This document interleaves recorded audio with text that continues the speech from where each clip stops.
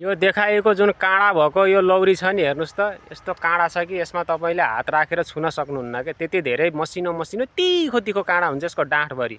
र यसको पत्ता चाहिँ नरियलको पत्ता जस्तो होइन, यस्तो हेर्दा खजुरको पत्ता जस्तो त्यस्तो टाइपको पत्ता हुन्छ। अनि यो चाहिँ अब फैलिन्छ, लहरा जस्तै लामो लामो हुन्छ। अनि यो चाहिँ प्रयोग हुन्छ तपाईँको लौरी बनाउन है। तपाईँले बेतको लौरी भन्ने एउटा चाहिँ तपाईँको पाहाडमा पाइने बेत हुन्छ होइन, यो चाहिँ बेत बाँस भन्छन् यसलाई कोही कोहीले। अब यसलाई नाम चाहिँ धेरै हुन्छ स्थानीय भाषाअनुसार, तर मुख्य यसको प्रयोग भनेको लौरी बनाउनमै हुन्छ। पुलिसले पिट्ने लौरी जुन हुन्छ नि, पुलिसले हातमा बोकेर हिँड्ने लौरी, त्यसबाट बनाइन्छ।